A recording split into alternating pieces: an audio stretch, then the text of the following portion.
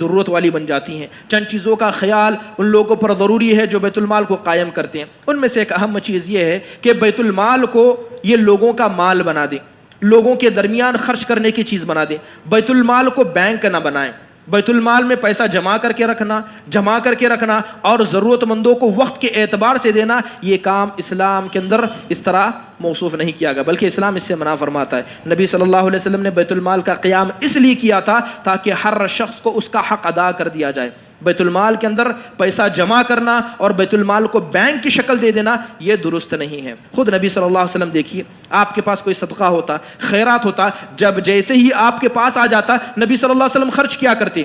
وہ روایت مشہور ہے، آپ نے عصر کی نماز پڑھائی، آپ کو یاد آیا، آپ لوگوں کی گردان پھانگتے ہوئے گھر میں داخل ہوئے، ایک چھوٹی سی چیز آپ صلی اللہ علیہ وسلم نے لا کر کہا کہ اس کو اللہ کی راہ میں خرچ کر دو، یہ میرے پاس آ گئی تھی اور یہ میرے پاس رہ گئی۔ نبی صلی اللہ علیہ وسلم نے اس مال کو اپنے پاس باقی رہنا بالکل درست نہیں سمجھا۔ حضرت عمر بن خطاب جنہوں نے بیت المال کا قیام کیا، جن کے زمانے میں بیت المال سب سے زیادہ عروج پر تھا، انہوں نے حضرت ابو موسیٰ اشعری رضی اللہ عنہ کی جانب خط لکھا اور خط لکھ کر کہا کہ جب میرا خط تم تک پہنچ جائے تو اس کے بعد سے بیت المال میں اگر ایک بھی دینار کسی دن باقی رہ جائے تو اس کا حساب و کتاب تم مجھے دینا۔ لوگ ضرورت مند ہیں اور بیت المال کے اندر پیسہ جمع کر دیا جائے، یہ بیت المال کا مقصد کبھی نہیں تھا۔ حضرت عمر بن خطاب کے بارے میں آتا ہے کہ بیت المال کے اندر بہت سارا مال جمع ہو گیا، مسلمان جہاد میں آگے بڑھ رہے تھے، بہت سارا مال مسلمانوں کے پاس آ رہا تھا، تو حضرت عمر نے مال کی کثرت دیکھ کر حکم دیا کہ ہر مہینے بیت المال سے خرچ کیا جائے۔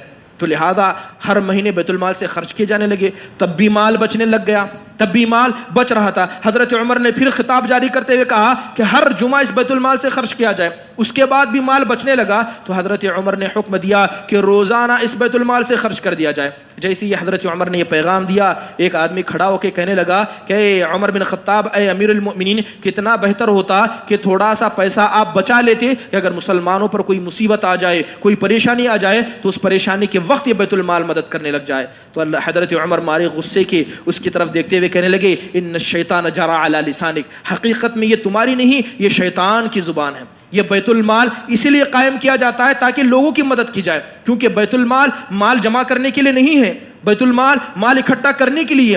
آپ یوں غور کریں کہ ایک انسان کا حقیقی مال اس کے لیے فتنہ ہے، آپ نے جو مال کمایا وہ مال آپ کے لیے فتنہ ہے، تو مسلمانوں کا مال کیسے کسی کے لیے بھلائی کا ہو سکتا ہے جب اس کو جمع کر کے رکھا جائے؟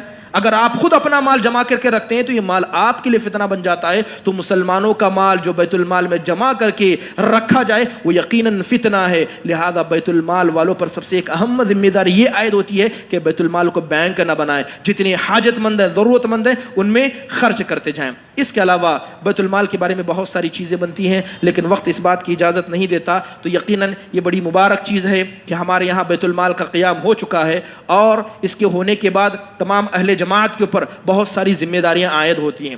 سب سے پہلی چیز یہ عائد ہوتی ہے کہ آپ اپنے مال کا حصہ اس بیت المال کو ضرور دیں، اپنی زکوٰۃ اس بیت المال میں ادا کریں۔ بہت سارے لوگ زکوٰۃ ادا کرتے ہیں اور منفرد اپنی طور پر زکوٰۃ ادا کرتے ہیں، بیت المال کو دینا نہیں چاہتے۔ وہ کہتے ہیں کہ ہمارے خاندان کے اندر ہی بہت سارے ضرورت مند لوگ ہیں، لہذا ہم براہ راست انہیں دے دیتے ہیں۔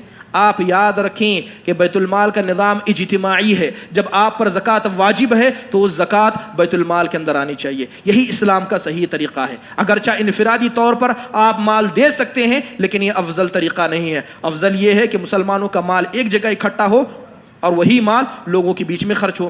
اگر آپ کے پاس مال ہو جاتا ہے، آپ کے خاندان والے ضرورت مند ہیں، تو بیت المال کو جب آپ مال دیں گے تو بطور مشورہ، بطور نصیحت و وصیت آپ لکھ کر دے سکتے ہیں کہ میرا مال فلاں فلاں لوگوں میں خرچ کر دیا جائے، تو لہذا بیت المال اس پر عمل کرے گا۔ لیکن ہر شخص پر ضروری اور واجب ہے کہ اسلام کے اندر جو زکوٰۃ کا نظام ہے وہ اجتماعی ہے، وہ انفرادی نظام نہیں ہے، اس کو سمجھتے ہوئے اس بیت المال کا قیام کریں۔ اس کے علاوہ جو بیت المال کے ذمہ دار ہیں ان کو مفید مشورے سے نوازا کریں، اگر ان سے غلطی ہو جاتی ہے تو اصلاح کا کام کریں، فساد مچانے کی کوشش نہ کریں۔ بہت ساری جماعتوں میں یا جمعیتوں کے اندر دیکھا گیا بیت المال تو قائم کیا گیا لیکن کچھ مفسدین نے اس بیت المال کو فساد کا شکار بنا دیا۔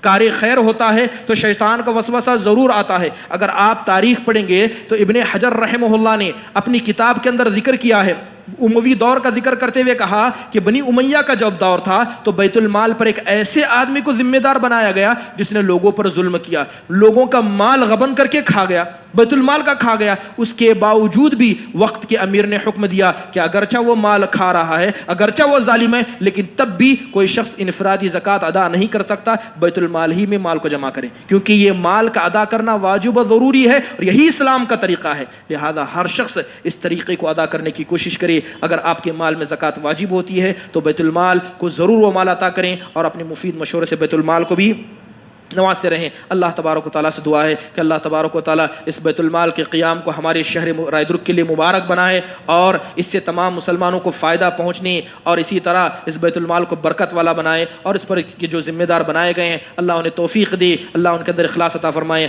آمین۔ وآخر دعوانا الحمدللہ رب العالمین۔